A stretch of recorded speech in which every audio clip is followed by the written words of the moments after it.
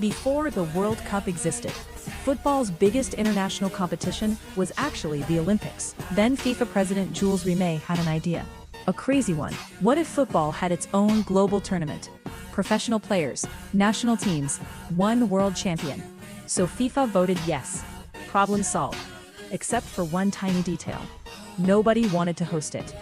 Today, countries fight for hosting rights. Back then, it looked expensive, complicated, and honestly, a little ridiculous. Eventually, Uruguay stepped forward, which made sense. They were Olympic champions, one of the strongest teams in the world, and wealthy enough to pay travel costs for visiting nations. Without Uruguay, there may never have been a World Cup. Then came another problem. It's 1930. There are no commercial flights. The Great Depression is happening, and traveling from Europe to South America means weeks on a ship. Most countries simply said, no thanks. Only 13 teams entered. Egypt missed the boat, literally. Referees wore suits, there were no substitutions, and some matches looked more like organized violence than football. Yet somehow, it worked. Uruguay won, the tournament survived, and that's all FIFA needed. The Second World Cup revealed something important. Football and politics were impossible to separate.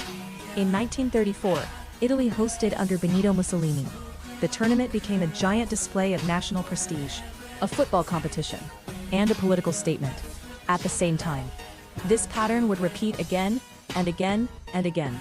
Because every World Cup is about more than football. The real turning point wasn't a player, or a team, or even a tournament. It was technology. Radio helped. Television changed everything. By the 1950s and 60s, millions could finally watch the World Cup, instead of just reading about it. Suddenly, football wasn't local anymore. It was global. And then came Pelé, a teenage superstar.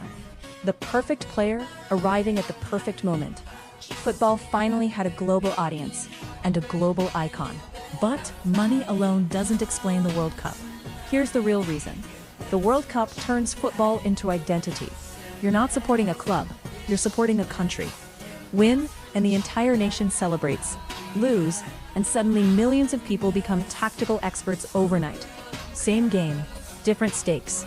And that's why moments like Pelé, Maradona, Zidane, the 7-1, Messi, become bigger than sport. So, the World Cup didn't become the biggest event on Earth because it was perfectly planned.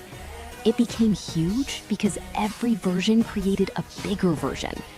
A tournament nobody wanted to host. A competition barely anyone entered. A football experiment that somehow became a global obsession. And if history tells us anything, it's that the World Cup is still growing.